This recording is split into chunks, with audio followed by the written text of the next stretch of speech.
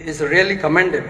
He is the founder and chairman of Rava Academy, an organization that runs a network of dedicated to rehabilitation of deserted, unclaimed and parentless destitute children over 16 districts of ODISHA. Currently, he serves as a member of Global Advisory Committee of Renaissance Universal, where he engages in research and the applications of microvita.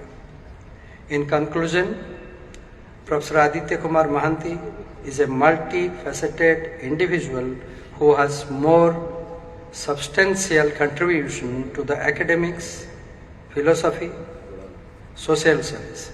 His dedication to knowledge, compassion for the less fortunate and relentless pursuit of excellence make him a role model for all of us.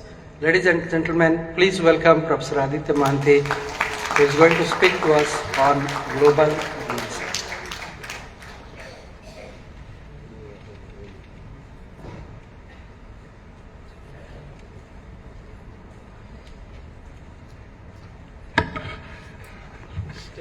Namaskar to all of you.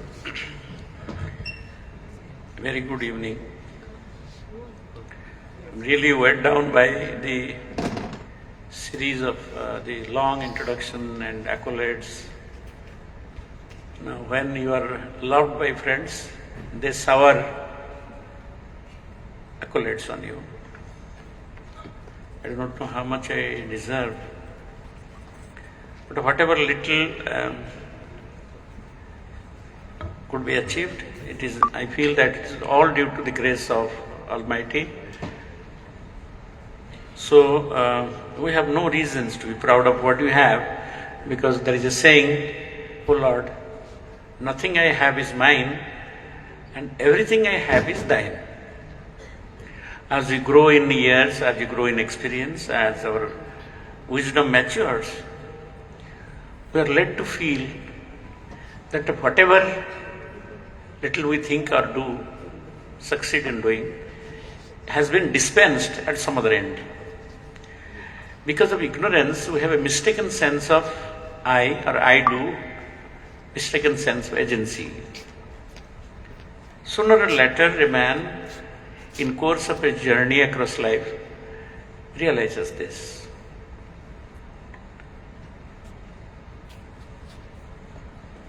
Now, today's assignment to me is to think aloud about global renaissance. It would be proper to, first of all, to come to grips with the concept of renaissance.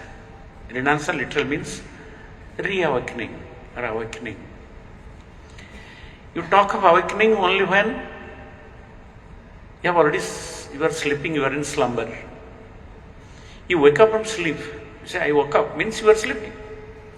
So when you talk of renaissance, be it in the physical domain or psychic domain or spiritual domain, this presupposes a state of inertia, a slumber,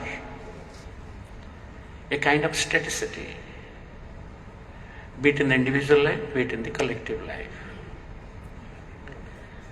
Now friends, if you look at human history, you find that human history has not been a very smooth journey. There have been ups and downs. There have been moments of crisis, moments of decadence, moments of degeneration, and moments of awakening as well. I would like to draw the kind attention of the august audience to the fact that this phenomenon of awakening, which is awaited near future, has been taking place several times in the human history.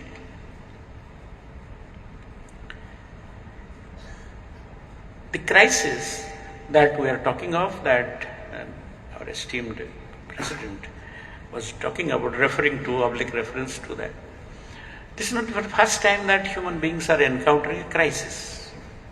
There have been recurrent periods of crisis in human history. And whenever there is a crisis and the crisis heightens, it depends. When human beings are not able to address the crisis, find a way out of the crisis, great masters come. Once in a while, the Lord Himself takes embodiment, because the masters of average attainment cannot address it. Jada jadai dharmasya means he comes again and again. Jada jadai, as and when there is crisis, I take embodiment. That is the divine dictum, assurance to us that whenever the crisis heightens or deepens, then it demands or it occasions the advent of the Lord on this planet. Lord Shiva came, Lord Krishna came. In between, many masters, many religious prophets also came. They all came to show the path to humanity who was lost the sense of direction. That's it. You'll be surprised if you look at human history, you'll find that there have been several points of Renaissance in the past. 5th century BC, you look at 5th century BC, there is Renaissance across the world. Socrates in Greece is talking of educating the youth. Ask questions. Never accept anything dogmatically. Never accept anything without questioning. Toti, what is it? He was a marketplace teacher, educating the youngsters how to ask questions. He would say, never accept or reject anything without questioning. And in questioning lies the privileged ability of man. If man would not ask questions, perhaps science would not be possible. If man would not ask why day and night, perhaps he could not discover that is due to rotation of the planets, and seasonal differences are due to revolution of the planet around Earth. Every scientific invention is an answer to whys and hows. So, Socrates was trying to tell people that you people, you are worth human beings. You are worth the name, provided you learn how to question. That is why he said, an unexamined life is not worth living. Examine everything. Otherwise, you are likely to fall into dogma. This is what P.R. Sarkar also says. One of the slogans of Renaissance Universality is moralists of the world unite, but another is dogma no more, no more. Look at Socrates in Greece. In India, same time. Mahavira and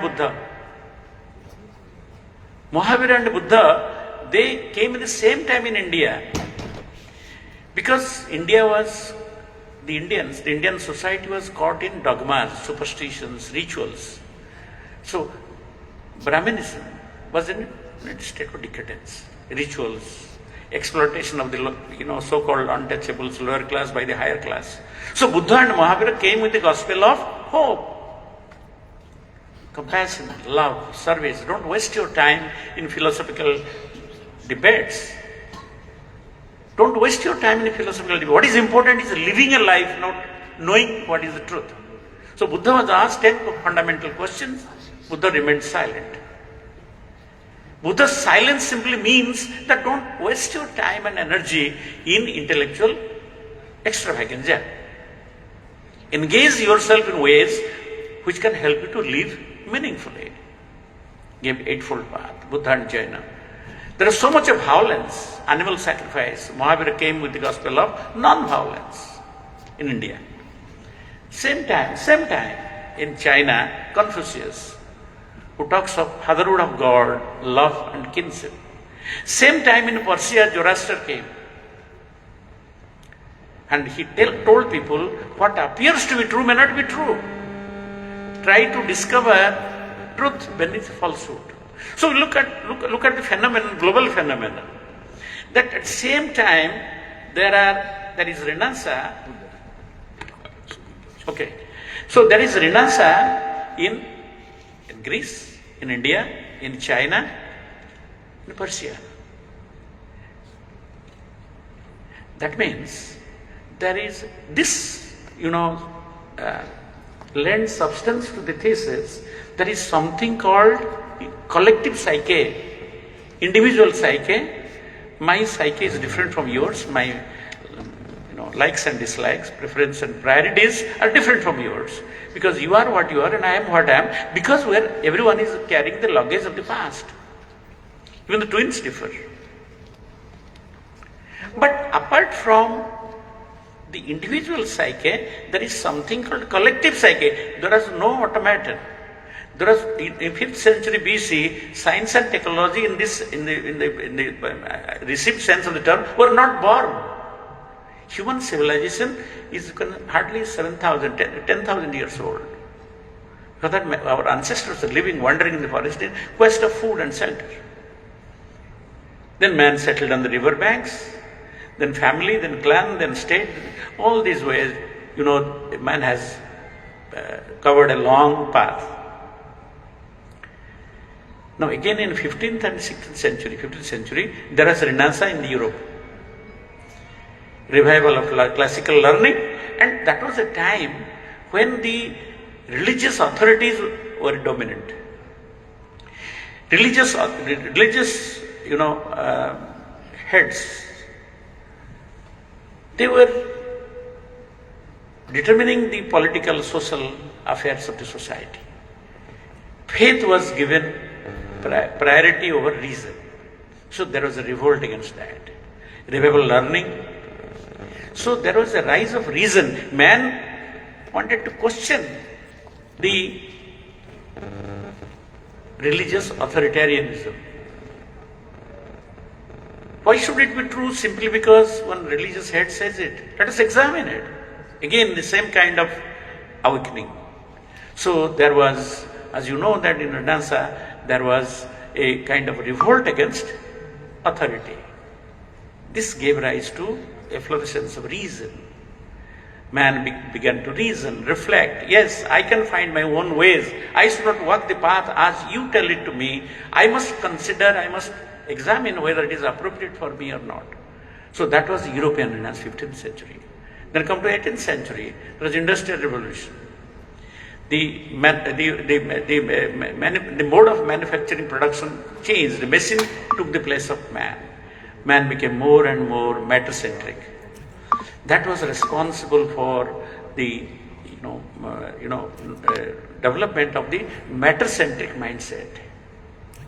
You are considered, just now it is happening, you are valued in terms of what you have, not what you are. You are a man of, in terms of what you have, external possessions, that determines your status in the society. Now, we find that 15th century, there is a spiritual renaissance in India, Mirabai, Kabir, Tulsidas. There is spiritual renaissance. The spirituals, the rise of the devotional cult, which tells that we are all human beings, we are the children of God, no distinction. Then many reformers of the case, Raman Rai, many reformers came. So they come, Nanak came. So Nanak, Sikhism is not a new religion. It is a revolt against a decadent. So whenever there is a decadence, there are reformers, great thinkers, they come to rectify society. So Nanak came to purge Hinduism of its crudities. So the 5th century Renaissance was more and more social, psychosocial. They wanted to change human society, Buddha and Mahavira. It was every man could join the brigade, join the forum. Sangham Saranam Gacchami, Buddham Saranam Gacchami. No distinction. Now Ambedkar took inspiration from him also. So a kind of secular temper was introduced by Mahavira. So that is psychosocial. European Renaissance was psychophysical. And the Indian Renaissance was spiritual, predominantly. Look at this. That was social. This was more to do with the physical upliftment. Industrial Revolution, Renaissance. And the Indian Renaissance was spiritual. Friends, Sarkar says that human beings live on 3 planes. In the physical, psychic and spiritual. Man is a 3-in-1 thing. human existence is trifarious. As we have physical bodies, we feel hungry, we feel thirsty. There is a demand of the body. It needs rest at regular intervals. As human beings have mind, they ask questions. Animals also have mind, but he says that animal existence is more physical than psychic. If an animal is hungry, a cat will eat its kitten. But a human mother won't do it. She would prefer to fast, go without food, and share the food in favor of the hungry child. So human beings can have a sense of right and wrong, end and means. Animals don't have. Animals have mind, because how do they distinguish, how does a dog distinguish between his master and his own man, the stranger? Why does he bark at the stranger, and why does he give company to gives protection to the master? He knows how to distinguish. If you are standing with a stick in one hand and a bread in another, dog will not come to you with the apprehension of being bitten. How to say that doesn't have mind? Now scientists say the plants have mind also. If plants don't have mind, how can you stimulate their growth by playing music? So plants have mind. Pierre Sarkar says, even the stones have mind. One day he's moving in the morning walk. There is one sannyasi, Bhavesananda, he is now 82 years old. Bhavesananda was going with him and he said, Bhavesananda, there is a crosser.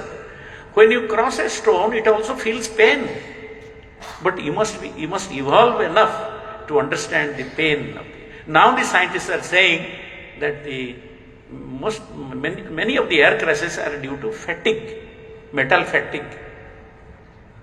But the mind is so dormant.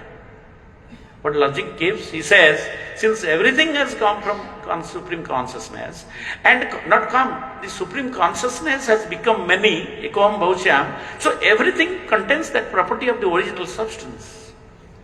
Since that is pure consciousness, so everything is potential conscious, potentially infinite, and has a tendency to be restored in the state of infinity. So our journey across lives is nothing but a journey from one to one, and the journey is to attain a state of infinity, and there is an inveterate, irresistible tendency to go from imperfection to perfection. The biologists now, geologists say this, that a dog in its process of evolution wants to be archetype. So everything is trying to go from lower to the higher. There is an inner call, asatoma sadgamaya, means, oh God, take me from untruth to truth, from darkness to light. What is darkness? Limitations. So no one wants to be in bondage, no one wants to be in darkness. There is a tendency to go to light from darkness, untruth to truth, mortality to immortality. That is the urge of every human being, said in Vedas. These are the song. So friends, since the whole universe, in every particle is potential conscious, and we have come from one source, so what is our relationship? It is a one of camaraderie, brotherly fraternity. This is a cosmic fraternity. This is what was sounded by the Vedic seers, and Pierre Sarkar makes it more explicit, more articulate, by saying that the relationship between you and your fellow man is not determined by where you are born, what caste you are born into, but what religion you profess, what color you have. Deep within, we are the same. We are the same, we are identical. Though we appear to be different, we are different, because no two things are the same, but beneath the difference is apparent, not real, because beneath the difference there is an identity, a commonality. And this ideal society can be built only when people by and large have the perception of unity, that commonality. That is what he was doing. So he said that because of the body, man lives in three planes, a physical plane, therefore you have physical drives and you make attempts. Because you feel hungry, you have a kitchen, you have an oven. You feel thirsty, you take water, then treated water and so on. So all those things are there to address the demand of the body. If you feel very cold, you have clothing on your body to ward off yourself from extremities, let's say. Similarly, to fulfill the demand of the mind, man has made science and technology. So, different sciences, different knowledge systems are nothing but answers to the psychic want. As our physical wants, we have psychic wants. He says that is not enough. We have also spiritual wants, spiritual hunger. As there is a physical hunger which makes us search for food, there is a psychic hunger which tries to ask questions and find answers. So human progress can be described by series of attempts to ask questions and find answers. In the process, there is growth and development. What is that spiritual hunger? If you have a spiritual core, the spiritual hunger does manifest in form of attaining, going to a greater state of harmony, And you are never satisfied because you want to attain perfection. So what is needed, what you really want, heart of heart, is not pleasures which come and go, sukham.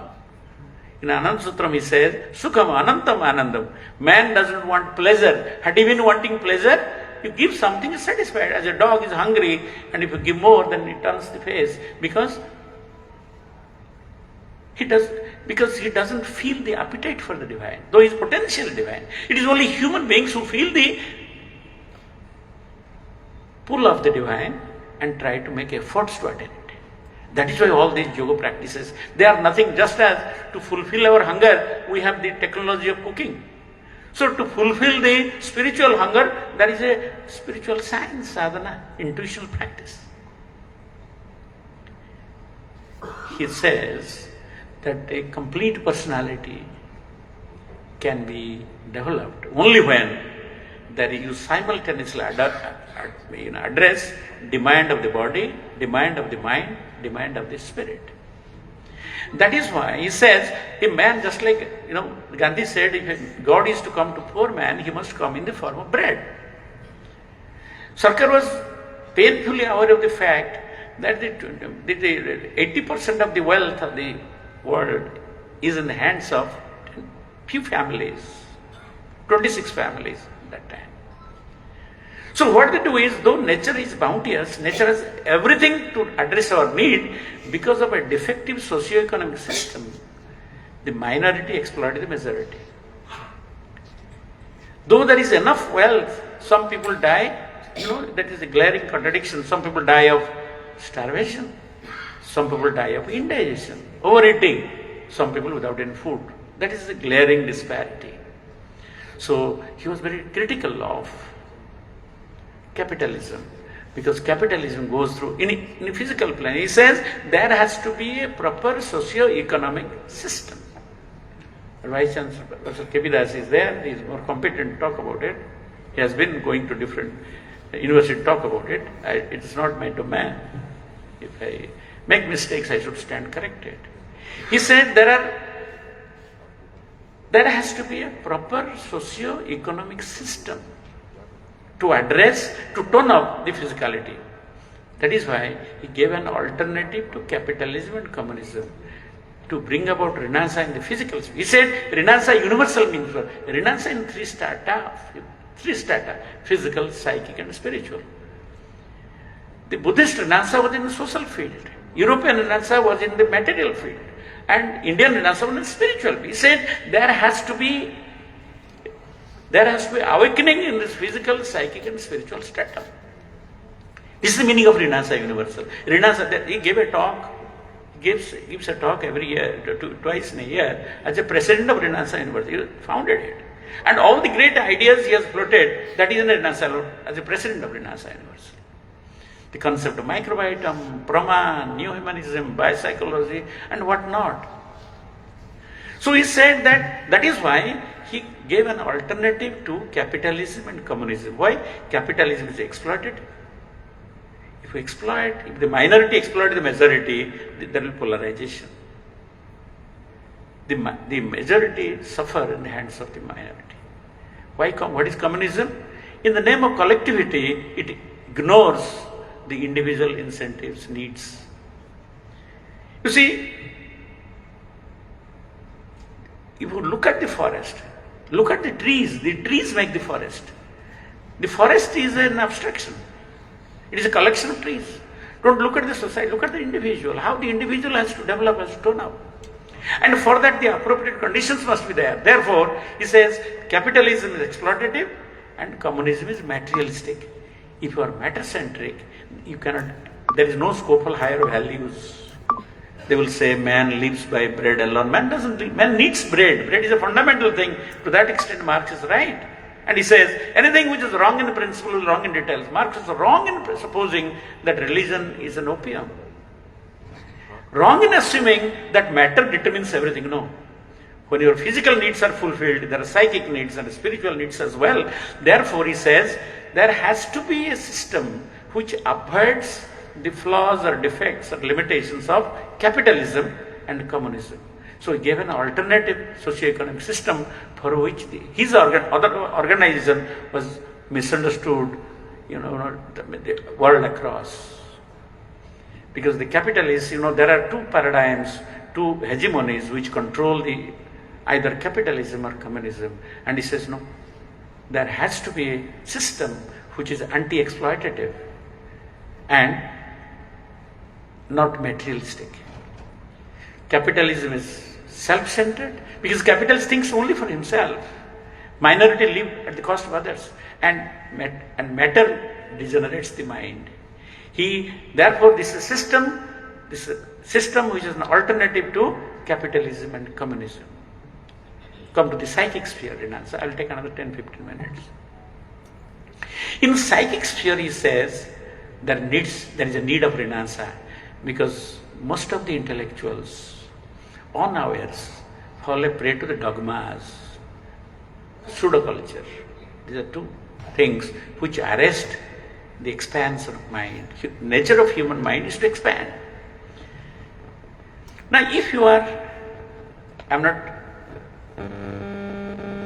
questioning the 60 crore people who took bath in Ganges, including Prime Minister, President, most of the ministers. But he says the very concept of pilgrimage and holy deep is somewhere doesn't stand to reason. If you live in the Indian soil and we accept that Brahman is everywhere, so every place is sacred, every river is sacred. How can you cleanse your sins, your karmic sins, by taking a dip? The only way to, now law of karma tells us, good thing is rewarded and wrong thing is punished. That is the assurance. All philosophies. In Vaisheshika it is Adrashta. In Upanishad it is Drutta. Whatever. As is the action, so is the reaction. If you have done something wrong or good, you have to born again to reap the consequence of good, consequence of bad. One is a golden chain, another is an iron chain. Nonetheless, they are chains, so you are subject to birth and rebirth. Punarapi janamang, punarapi maranang, punarapi janani jatresayanam. It's a dogma of going on a place. How can a particular place be sacred? When every place there is, Brahman exists everywhere. So the very concept, how can you confine God to a Ishwarasya Pratima? Our scripture, Ishwarasya Pratima Nasti. How many people will go to temple if they know that God doesn't give anything, I get the results of my karma? No one will go. They go with expectations. There is also a transaction relationship. I also ask for something. If I have nothing to ask, why should I go to temple? If I have something to give, why give? Tagore says now, whom are you searching in the dark corners of the temple? Rabindranath Tagore. When the real gods are calling you, toiling in the field and calling you, you are ignoring them. Whom are you searching in the dark? They are great souls. They open, this is called, he says that the dogmas are fought. What is the difficulty of dogma? When you are under a dogma, I have seen some people, selling their, poor people, selling their property, going to, there is risk of also stampede. You see, 80 crores people are doing it. How can you say that is wrong? But friends, for centuries, people are believing that sun is moving. Because we see it moving. rises in the east, or eastern horizon, goes over the head, sets here. We see it moving in the horizon. How can I disbelieve? Is it wrong or not? The entire humanity was believing till Galileo, entire humanity was believing that earth is static, stationary and geocentric view, and sun is moving. At that time also, earth was moving or not? So your knowledge or ignorance doesn't affect the truth. Because 80 crores of people went and took it deep without questioning, he is going, I should go. One of my friends said, let us, he gave me something to write and translate. He said, well, what is it? What should I translate? He's a very good friend of mine. He said, I met 4 dips. Very good friend of mine, very good, very sentient. Not that he is. But you should look at the, see, I should say that. If he listens, he will take offense. He said that I will give sir, I have written something in ODI, you translate, I want to send it to Modi. I said, what is the content? He said, I am giving a proposal to take the Ganges water and put in 21 rivers in the place of origin, so that all rivers will be sanctified. Really, I tell you. He said, what is that? Now he should use a train to take the water and put the water in the source of the river. 21 rivers he listed. So that, I said, why? Now many poor people cannot go up to Ganges. So when supposing in Mohanty, Hirakud, everyone can take bath in Mohanty and they will also cleanse their sins. Do they go to take a holy dip for bath? No, for holy bath. Why? What is the meaning of holy bath? At least I am pure, clean. And you will be pure only when you reap the consequence of action. You exhaust your, it is a karma, say, praise action, results come in, and how to go about it? For centuries, the black people were tortured by the whites because of the dogma that white skinned people are superior to the black skinned people. What does the science say? If you live near the equator, you have more of melanin in the skin and there are black skin. People born in pole region, they are white. How does it make a difference to your emotions? As human beings have same emotions, same aspiration. He says, dogma prevent you from thinking freely. It arrests your intellect. It constricts your intellect. It puts a limit to your intellect. You cannot go beyond dogma. So that arrests the expansion of human mind, growth of human mind. Dogma, no more, no more.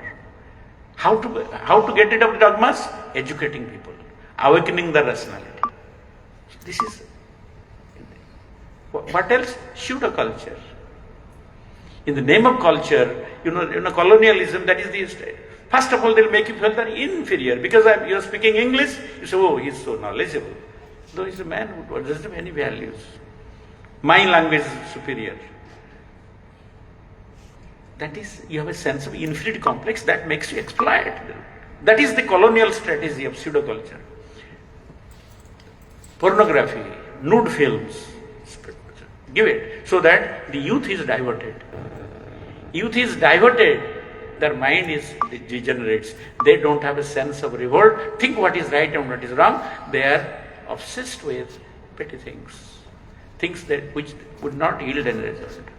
Pseudo culture, dogma, these are the ploys of the capitalists to exploit. He said, humanity has to get educated, the collective psyche has to be nourished, has to be educated, has to be rhythmized, so that they are conscious of the dogmas. Psychic sphere. Now, in the spiritual sphere. Now, he has also, I don't have time to tell you how to counteract these dogmas. And another thing, there's so many things to say, and paucity of time. He said, another thing is mind cannot, as long as, he said, man is a creature of instincts. And man has instinct, man has sentiment, man has reason. That 3 things are there. When I am driven by instincts, I behave like a beast. A 7-year-old girl is raped. A young girl going in the evening, in the late night, is gang raped. Bestiality. Somebody says that I will give you a job, and he falls a victim. You see, man is using his intelligence to promote his bestiality. So it is said that when man behaves like a beast, he becomes more dangerous than a beast because beast doesn't have intelligence. Man's beastly pursuit is backed by intelligence. Man is an intelligent, somebody said, becomes an intelligent savage. What animals do in natural way, man does in an intelligent way. Man does in an intelligent way. Then comes sentiment. I have sentiment from a nation, my nation. One sentiment made Japan a world leader in technology. Nation for the sentiment for the nation, sentiment for a community. I am Jat community. What takes place, with sentiment? But sentiment wrongly used also does harm. And he says there are three: sentiment for a region, geo-sentiment. Absolutely, this is religious sentiment. Particular place is sacred. Socio-sentiment. Muslims of the world unite. Hindus of the world unite. He says it is greater than that. It is a call to all Hindus, not living in a particular throughout the world. This is a call of a community. This is socio-sentiment. It makes me confined to my Hindu society. So there will be social divides. Then after the social sentiment, there is human sentiment. We human beings are superior to other creatures. Therefore everything is for man. The forest is one man, river is for man, everything. So man, there is a conflict between man and nature. Result, warming of the planet, melting of the polar ice, pollution of water, pollution of air, erosion of soil, and possibility, imminence of acid rain. A time is not far off when all the coastal areas will get submerged under water because polar ice is melting. The ice was getting deposited for crores of years, now melting. If polar ice melts, the sea level will go up and all the low-lying in the urban, like Visakhapatnam, Calcutta, and all the great cities of the world will come under water. Why? Because man thought that everything is for him. Humano sentiment. The animals are for me. The plants are for me. Everything is because I am most superior. Sarkar says, mind you, you are most superior, no doubt. That is why you have responsibility for them. Just as an educated man in the family has that responsibility of taking care of the youngsters, a handicapped boy, he cannot earn. Since man is the most evolved creature on this planet, it becomes, he should not exploit, use intelligence to exploit others. Rather, he should use his intelligence to give protection to animals, birds and plants. Why? Two reasons. Utility reasons. Unless they live, we cannot live. Unless there are trees, you don't have oxygen to inhale. This is a world which are mutually supportive. Isn't it? A peacock lives on snake. A snake lives on a frog lives on insects. Insects are something which is available. You take fish is living because there is a food is available in water only. There is a chain of life.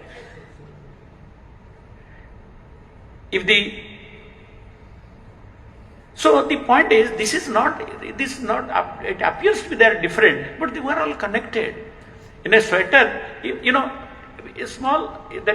some small cord, it weakens the whole sweater, whole labyrinth. It is a fabric. The whole universe is a fabric. He says everyone is connected to every other intrinsically. We are not isolated.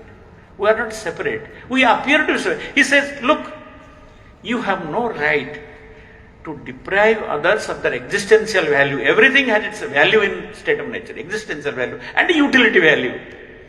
Even if you have solar energy, trees have to be respected and planted.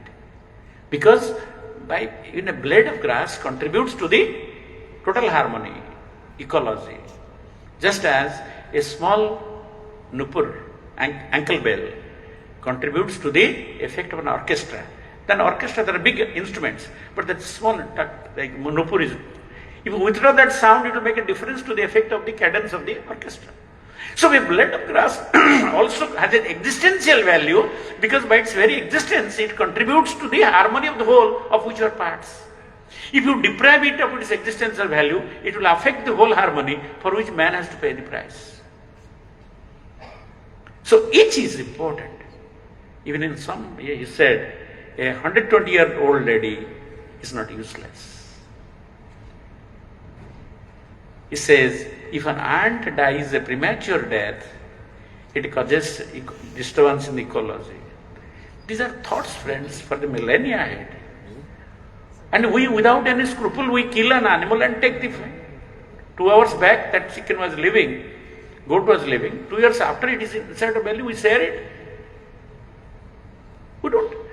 How long humanity has to evolve to understand the greatness of the ideology? So in his psychic sphere, he says, fight against dogmas, fight against sentiments, geographical, geo-sentiments, socio-sentiments. Even human sentiment is, he says, it is bigger. It is wider. We all human beings are developed. So what?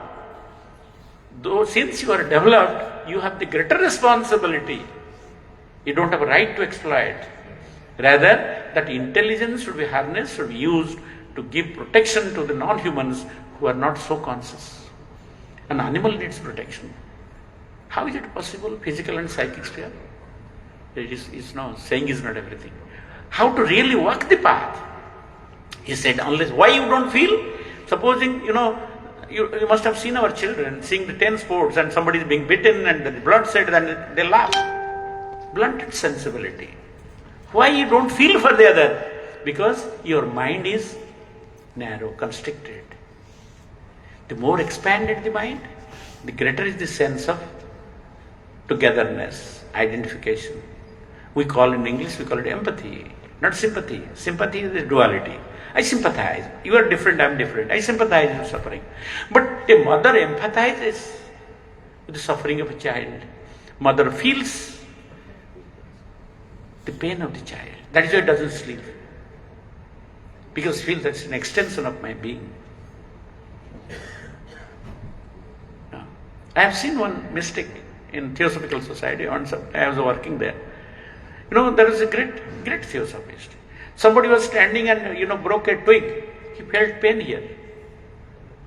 This is sense of identification. When you feel, not that you infer the suffering in the other, but you feel the suffering of the other. Sarkar says this is possible only through intuitional practice, because the first expression of intuitional sadhana is expansion, vistara. The more your mind is expanded, more sensitive you become, more empathetic you become to the suffering of others. Without spirituality, your mind remains constricted. As is the mind, so is the thought. As is the thought, so is the action. So, all these things will remain mere utopia or hypothetical constructs, unless and until there is an attempt on the individual plan for the expansion of mind. Individual call expansion of mind. What is that? A sadhana. What is sadhana? There is no dogma. It is a technology. Just as by technology you cook food quickly, your pressure cooker now, your automaton just give the switch and it automatically cooks your food. It's a technology. Technology of having treated water. So, yoga, the sadhana is nothing but a technology of expanding, or that I don't have time to tell you what are the three different fallouts of positive fallouts: sadhana, vistara, rasa, seva. When your mind expands, you cannot but serve, because you cannot endure the suffering of the other, because the suffering of the other becomes your own suffering. Just as a mother doesn't have sleep in the night, a child doesn't have sleep. Empathy. That is why it is said, God could not be everywhere, therefore He made mothers. Inkling of that empathy. If somebody is injured, you can't simply be indifferent. You feel identified. You run to the place, take him to the hospital. Why? You are driven by empathy. You don't do it because your guru has said it. You do it because you are driven by empathy. Means, in English, Sohanubhuti and Samvedanshilata. You be in the shoes of the other. The other is a misnomer. So as your mind expands, he says, you think that we are all Amritasya Putra, though we differ in respect of religion, the political ideology you subscribe to, the religion you profess, the community you are born into, you are basically a human being. This is a human sentiment. Human sentiment can unite entire humanity. My elder brother, sorry, seeing watch means I am overstepping time. So this, he says that this is grounded, man should remain grounded. So Renaissance in the physical stratum only when there is a rational distribution, there are many things, rational distribution of wealth. Everyone should give whatever he can, everyone should get whatever he needs. It is not equal distribution. Rational distribution of physical wealth, supramundane and supramundane wealth. Psychic sphere, dogma, fighting pseudo-culture. And the spiritual sphere, a oneness, feeling of oneness, that is possible through spiritual current. And to conclude in 2 or 3 minutes, this is, he left behind a legacy, an ideology, which is not self-centered like capitalism, not matter-centered like communism, nor dogma-centered like different sects who float dogmas. Your people are the chosen people of the world. You are the most superior people. The whites are superior to the blacks. For whites, for centuries, there are cargoes of slaves. The Negroes were taken as slaves. It is Martin Luther King who abolished slavery. And there are slave markets. Suppose I have a slave, if I want to sell the slave, I have to give him good food. He will be beaten. The more losses he tolerates, the greater value. Supposing he says, I am in pain, then it will not be given food. Why did you respond to? That was the type of treatment which whites meted out to the blacks. For centuries, dogma, what is the dogma? The white skin is superior to the. Why did Hitler kill the Jews? Dogma driven. Through dogma, mankind has paid exorbitant price for dogmas. That is why he was critical against. So always he says kirtan, you do kirtan. Why kirtan? He gives reasons. Why should one do kirtan? Why should one do sadhana? Why should one do asanas? What is effect on the glandular functions? Supposing there is over-secretion of glands, what will happen? Under-secretion, what will happen? How asanas tone up the glands? For everything he has given a science. So yoga is both a science and technology. Sadhana is both, has a science behind and is technology. That is why he says that unless and until humanity at large follow the path of spirituality, so it is an alternative to self-centered, matter-centered, dogma-centered ideologies. It is a God-centered ideology. God is not the God of the temples. God is the creator of the universe, who created the universe and remained in every particle as its essence. That is why it is said, what is infinity? Infinity has its center everywhere, but circumference nowhere. We have been seen, in this center. If you draw a circumference, it has a limit, it has a center, one center. But infinity has its center everywhere, every atom, but circumference nowhere, omnipresent. So if he is omnipresent, everything is holy, everything is sacred, everyone is divine, and everyone has a potentiality to grow into infinity. So it becomes our bounden duty to create opportunities for everyone to realize their potentiality. If there is a seed is planted, give adequate nutrition, so that it grows into fullness. So it remains our bounden duty, therefore, to be a part of the Renaissance movement. Renaissance in the physical, psychic, and spiritual strata. He gave it. I was fortunate to listen to him directly from the pulpit, that Renaissance in 3 strata. So that triggered, can say, a feeling in me that yes, we should try to contribute whatever little we can to promote and further this movement. And we are doing it a little way, and we are thankful to all the members of Renaissance Universal. And today, members of Renaissance are different. We have people from Brazil and UK, sister, and Australia, New Zealand. Some people have come. We had a global meet. So we thought, why not to utilize this opportunity for a global meet of Renaissance Universal, lovers of Renaissance Universal. So many people are there. So that is why we thought of utilizing this occasion for interaction. And I should say that the grace of God and your prayers and blessings could make it happen. Hotel AMPS, that will not accommodate. That is why we had to. She is my student. For 2 years she was my student. So I requested her why not to have a collaboration with the Department of Philosophy. She readily agreed, and we could get this audio forum for this. Thank you.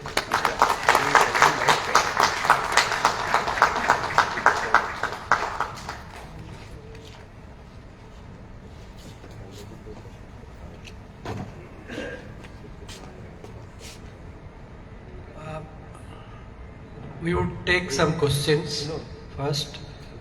After 3-4 questions, then Engineer Sam Bang will be synopsizing, and then we will be over. Any questions? Yes, this side. Yes. Question के लिए इनका चेहरे पे light Namaskar everyone. You talked about spiritual hunger, and usually there is a word used in India in spiritual parallels, that is dharma, but normally we use the word religion.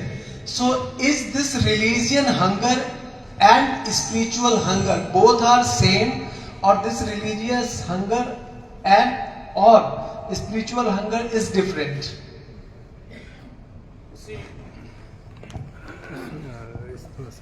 You must understand, to find an answer to your question, you must understand what is the difference between religion and spirituality. How religions came into existence. There are 3 fundamental distinctions between a religion and spirituality. Religions are many. We have Buddhism, Jainism, Christianity, Islam, Hinduism, Baha'i faith, Zoroastrianism, Confucianism. So we have, religions are many, but dharma is one. So certainly, dharma cannot be translated religion. Dharma and spiritual is same, synonymously used. I will tell you why. Secondly, no one can say who has founded dharma. Is there a founder of dharma? There is no founder. Since dharma doesn't have founder, dharma doesn't have a history. It is bound up with human nature. But religion has a history. Before 111, Christianity was not there because Jesus was not born. Before 5th century BC, Buddhism was not there because Buddhism came after Buddha. So a religion has a founder, a propounder. A religion has a history, and religions are many. But spirituality doesn't have a founder. Spirituality is not many, it is one. It doesn't have a history. It is bound up with basics of human nature. Now, why did the religions come? Are they against spirituality? No. Great prophets like Buddha or Mahavira or Jesus or Muhammad, Confucius, they came to help people to live spirituality in their life. So religions were found with the intention, with the objective of helping people to walk on the path of spirituality. But in the course of time, now if you want to live the path of spirituality, you have to pray in a particular manner. You have to do some festivals, rites, rituals. The purpose is to inculcate, imbibe spirituality. But in the process what happens is, if I am praying standing, a Christian is different from Muslim because he prays sitting. He prays in facing this direction. That became more fundamental than what they wanted to infuse in man.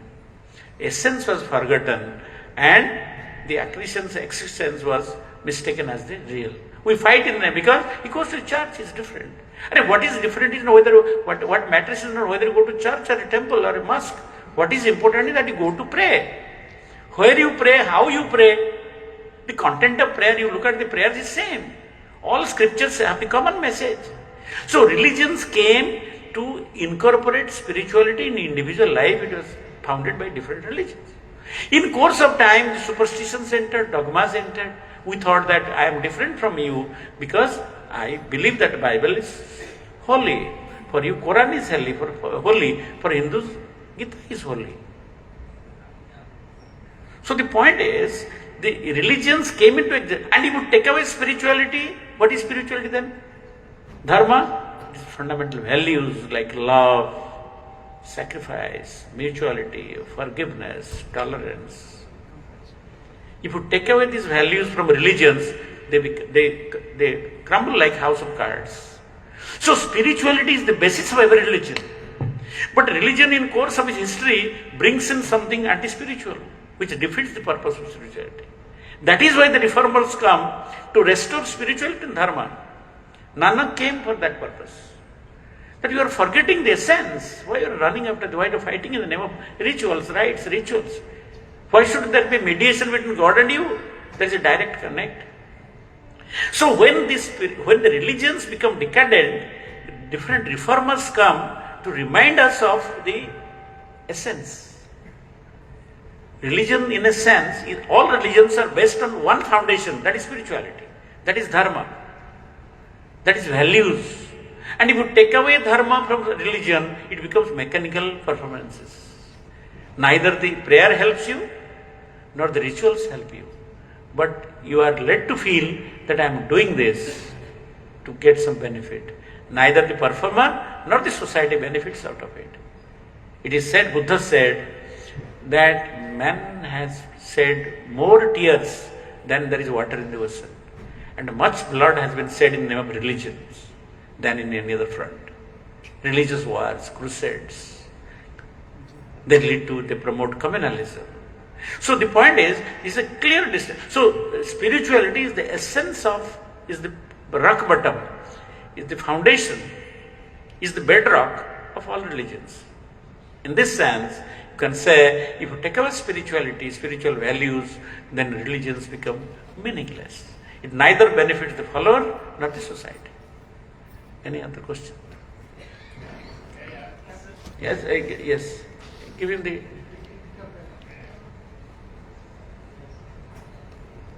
Yes, you take. You cannot see. Sir, I have read some books written by philosopher Prabhataranya Sarkar and Sri Sri Anandamurti ji.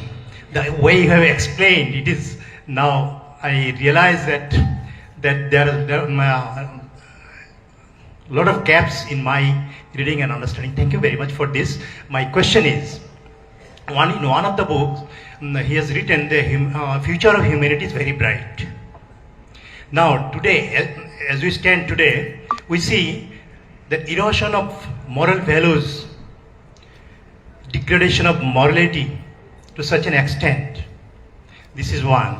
And on the other hand, at the same way, we see when we are sitting, our great powers of this earth are sitting on piles of atomic bomb. And we have seen the effect of atomic bomb dropped in Japan. So how we will be moved towards humanity will move towards the bright future. I get your question. Thank you. Now I forgot to, nothing, whatever came I said, but I should have discussed it. Now there is the crisis is a catalyst of change. The great saying Sri Aurobindo says that night is darkest before the dawn. When the night, the intensity of darkness is not same. It becomes maximum before the dawn. Night is darkest before the dawn. That is also we find in our day-to-day life. Suppose there is a patient who is sick, pretty sick, and all of a sudden becomes active. Children feel, oh, he has recovered. No, he is going to die. Before death he becomes active. Before a lamp extinguishes, it gives a brilliant flicker. I have asked many scientists, why does it happen so? As is in the material plane, so is in the psychic, individual plane, so is in the collective plane. When there is excess of exploitation, the darkness is too much that you cannot see the path. And today, what is the crisis about? Man, the creator of weapons, is going to be a victim of the weapons. Perchance a world war breaks, nuclear warheads are used, all of us are in danger. Maybe you may not see the next sun, because every country has the missiles which can go 5,000, 10,000. And the president of Korea boasted that now we can reach, our missile can reach Manhattan, the US. And he says that any time I can push the black button. It is on my table. Trump said, oh, it is on your table, I am carrying it in my pocket. Anytime I can push it. And the unfortunate thing is, the country is proud of its nuclear power. How can, you see, where have you gone wrong culturally? A country is proud of the capacity to destroy. Why America is superior? Because why America, China are superior? Superiority is determined. You see, look at the decadence, cultural decadence of the whole humanity. They are proud of the basis of, they are proud on the score that they have greater capacity to destroy. Well, I mean, we don't say. Indians also say that India has entered into nuclear power. Yes, we should have nuclear power to counter them, but there is nothing to be proud of it. Capacity to destroy. Somewhere we have gone wrong. Yes, to answer your question, whenever there is a crisis, that crisis makes, there is a saying, most of the inventions took place during war. Scientific invention, technological inventions, war. In peace time, people become inert. You see, when you have a lot of food in your belly, you sleep. You feel sluggish, indolent. But when you are hungry, you are active. So, the moments of crisis, we do not want, no one welcomes. But the crisis stirs the collective psyche. Collective psyche. One of the monks today from outside, they were talking of collective psyche, Santosananji. So the crisis brings a stir in. Why you are worried about the crisis today? Because it's a global crisis. It's not a local crisis.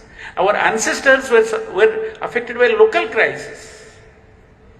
Supposing in a basti, in a slum, it catches fire. Slum dwellers are concerned, not the people who are living in the buildings. No, that's their affair. But it's a global crisis. A small incident. Black and white class, traffic police was beaten by a white, a Negro who, violated traffic rule was beaten by a white police 35 years back. It was shown in the video. The whole world there was black and white. Small incident in one part triggers its effect. My friend Bhaskar, he's not here. The day when the Babri Masjid was demolished, he was in Bangladesh. So, 5 minutes after, there was a danga, there was a riot. One Muslim friend put him under the cot, otherwise you have been killed. Small incident here, after 5 minutes there is riot. So we live in a globalized world, so the crisis is globalized. If I am unsafe, if I fight with you, the entire world is affected. When the trade tower demolished, it affected the socio-economic conditions of the whole world. An election also changes the sensex.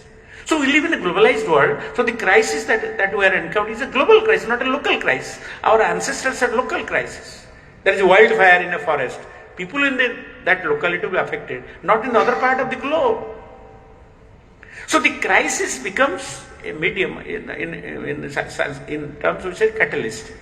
It will facilitate, trigger, thoughts and solutions. So the crisis itself contains the solution of it. A malady contains the secret of its remedy.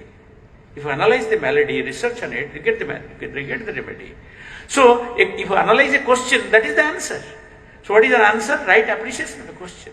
What is the crisis? Now before, another thing I want to tell you, there is a solution before crisis. Great ideas, like Pierre Sarkar, the great ideas are already in place before the crisis, so that crisis can be attained. Before a child is born, feel hungry, food is in the mother. Before summer season, the lemons, water lemons are, this is necessary for us.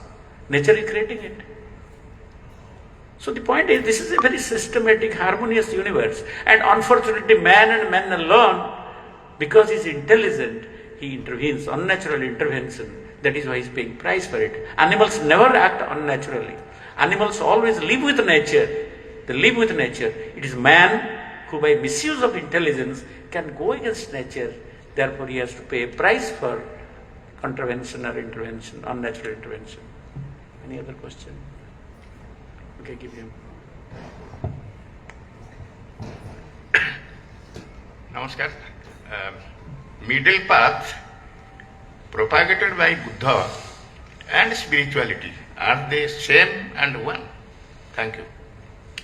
You see, middle path is path for Buddha prescribed middle path because he experimented with extremes.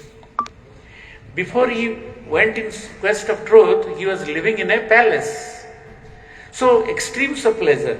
Then the other life that he preferred to have is the life of self-negation. He denied himself food for days together. He was going to die. That lady brought some food, then said, no, this is not the life. Neither the life of extreme enjoyment, indulgence, nor the life of extreme self-mortification. He could not find the path. He said, middle path. Samyak drushti, right means of livelihood. So that was ethical dictum. That was ethical dictum. What is your question? Buddha's middle path? Yes. Yeah. Yes. Now I forgot the second part. Now spirituality, what does spirituality tell you? Spirituality tells you, if you are really spiritual, that is not confined to the knowledge that you have got about spiritual scriptures. Real spirituality makes you live the path, live on the path, walk on the path. And how it is manifested if you are spiritual? It is manifested, it is a behavioral manifestation. You love and serve others. You cannot tolerate, endure the suffering of the others. That is an expression of spirituality. So, Buddha's call to have compassion. He was compassion incarnate. Even he did not want to put his leg on the bubbles because they will have premature death. He is sensitive to the life of the bubbles. That was the compassion. So compassion is an expression of spirituality. You see, spirituality doesn't have any particular category. If you are spiritual, your words, your manners, the way you act and interact, that is reflected. So Buddha's call to live a compassionate life was a spiritual call. You can say that is a spiritual part of his Buddhism. Service, compassion. So it is the expression of spirituality. Eightfold path means there are avoid extremes and follow the middle path. Neither the extremes of self-negation nor extremes of self-indulgence. They don't take you anywhere. How did Buddha know? Experimenting himself. Being born as a king, son of a king, he enjoyed all the pleasures of the palace. And when he opted to go out of the palace to search for truth, why suffering?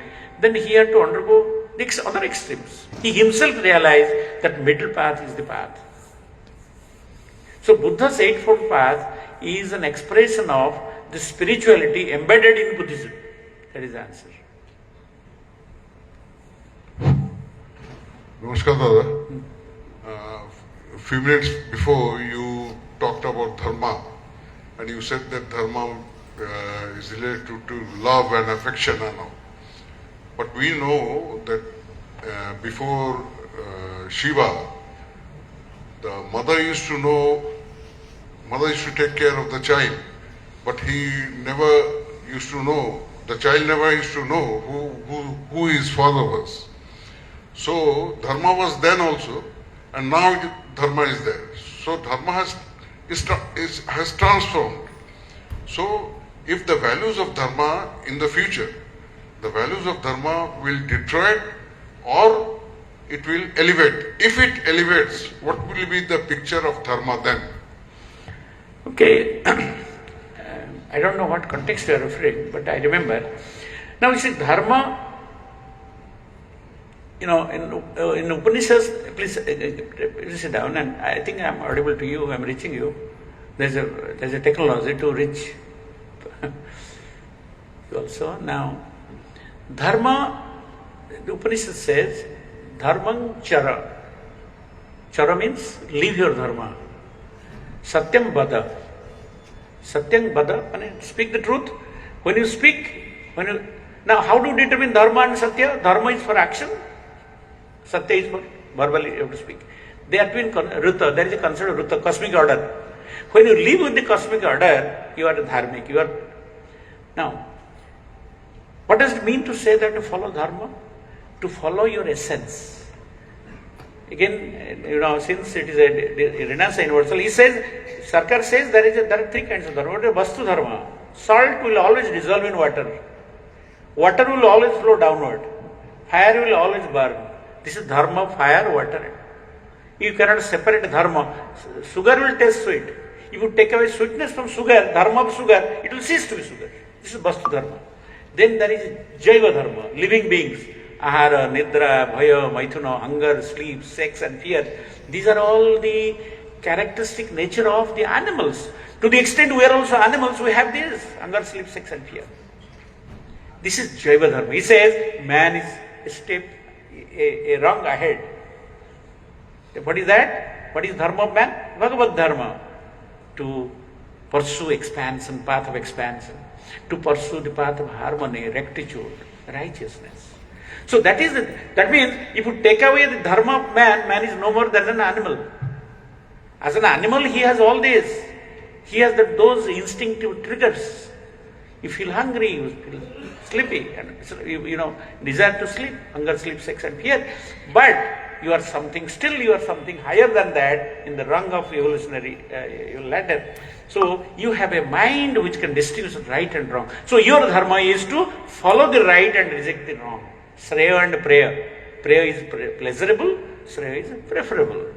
When in Kathopanishad, there is Jama tells Nachiketa that there is a path of pleasurable and path of preferable. And intelligent people follow the path of Shreya and rejecting the path of Preya. Both roads are open. Christianity says that both the roads to hell and heaven, there are gates, there are two locks, but there is one key. If you want, you can unlock the gates of heaven, go to heaven. Or you can unlock the gates of hell. Choice is yours. So man stands at crossroads, either to use his intelligence to go on the path of nobility, or misuse or abuse his intelligence to go to the path of dharma. Never changes. The expression of dharma may change from context to context, but dharma is primordial. That is why it is said, dharma rakhyate rakhita. One who upholds dharma is protected by dharma. So dharma never changes. Satyakama Jawal, you are referring to that incident in Chandogya person, na? That is a value that what we are now is not determined by our birth. You know that incident several times we have discussed. Jawal, a lady, he had a son Satyakama. Satyakama wanted to go to Gurukul. When he went to Gurukul, the teacher asked, Acharya asked, who is your father? Then Satyakam says, Gurudev, I do not know who is my father. My mother never told me who is my father. Now go and ask your mother. Satyakam is innocent, very candid. He go to ask the mother, Mother, who is my father? Now I also don't know. Because I was attending to many people for livelihood. I do not know from whom we are born. Satyakam came back and told the Gurudev, I told my mother, yes, mother said, I also do, my boy, I do not know from whom you are born, because I was attending to many people, I was a paricharika. Now he said, but you tell your Guru that I am Javala, you are Satyakama, so you are known by Satyakama Javala. Look at the candidness of the child. Guru says, you are preeminently fit to come to my Guru. So, what you are, your credential is not born by the place you are born. That is why I said, I told on that occasion that motherhood is fixed, fatherhood is always in question. So that is a value.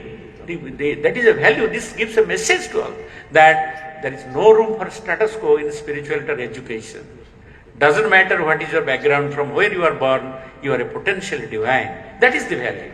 That is you can say this is the fundamental value which it communicates. Yes, what I should do now depends on what is the context. So that does not mean that value change. Love is never sullied by changes in time and space. You are getting time. Okay, thank you. Now I request Engineer Sambang to just synopsize. We'll take offline.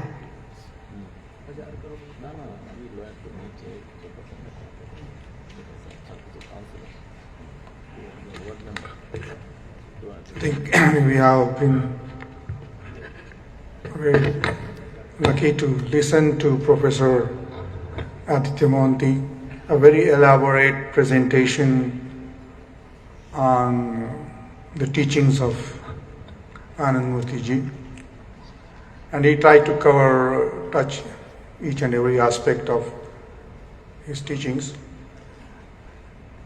But then the knowledge is so vast, it has evolved over thousands of years, and he has certainly touched different aspects. So the discussion on those subjects probably can be endless, and obviously all the Renaissance team sitting here is also a team of intellectuals, so there's always more anxiety, and the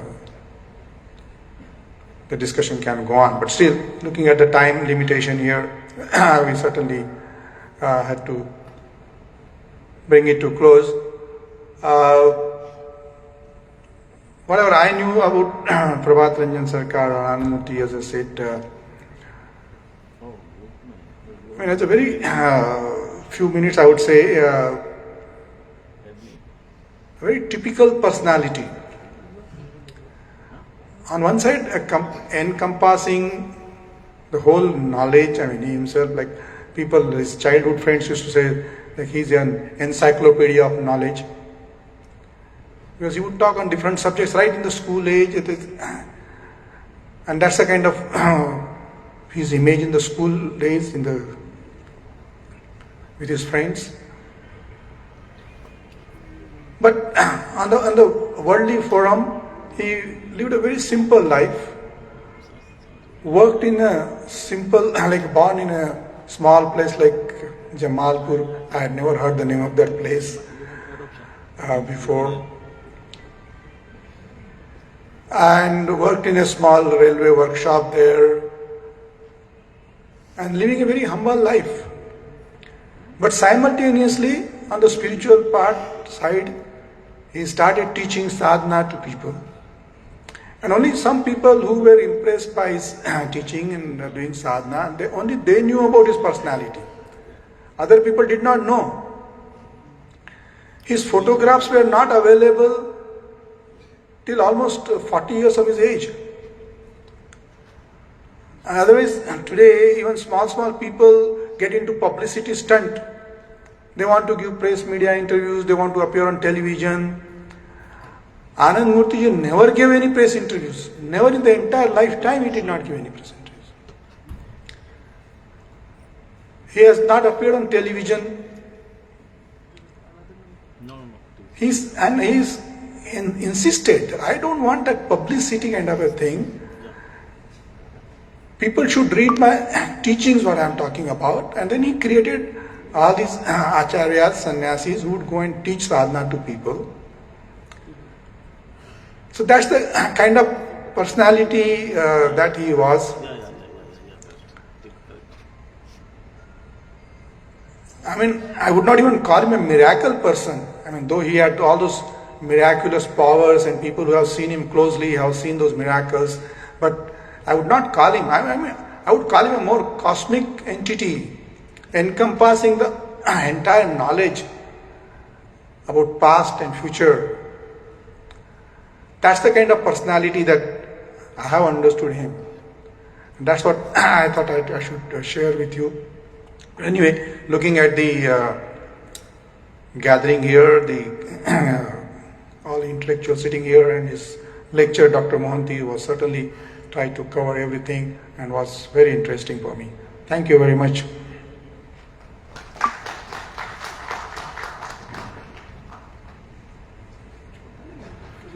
Thank you, sir. In fact, the discussion can go on, but due to paucity of time, we have to close now. On behalf of entire Renasa family, I want to extend our sincere gratitude for the exceptional talk given by Professor Aditya Mohanty. Thank you so much, sir. Thanks to Engineer Sam Bang for beautifully synopsizing and giving your valuable time for today's program. Thank you so much, sir. Thanks to Dr. Kalyani Sadangi and Department of Philosophy, Ramadevi University, for sponsoring this beautiful auditorium for Renasa Meet. And thanks to each and every one of you sitting in the front for your time and for coming down to this beautiful place. Thank you so much. Our next meeting will be held on 13th of April. Yeah, okay. All of you are invited for dinner outside. Thank you so much.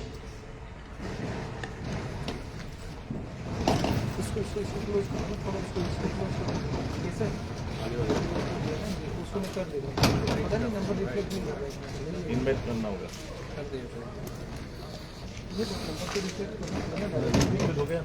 हो गया नहीं but इसमें add करने के type नहीं आ रहा add हो गया आया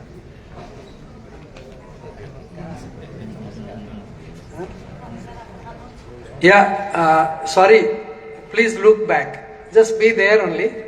We forgot one small little thing. We wanted to felicitate Engineer Sam Bang, who came all the way and attended this program. So we just want to felicitate in our Indian way of giving one flower and one Bastra. So I request Professor Aditya Mohanty to do the honors.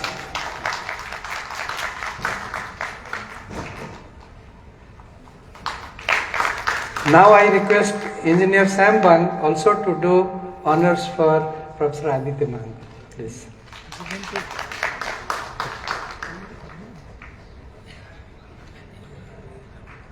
Thank you, sir. Thank you so much. I am extremely sorry. Now we can go ahead. The meeting is over.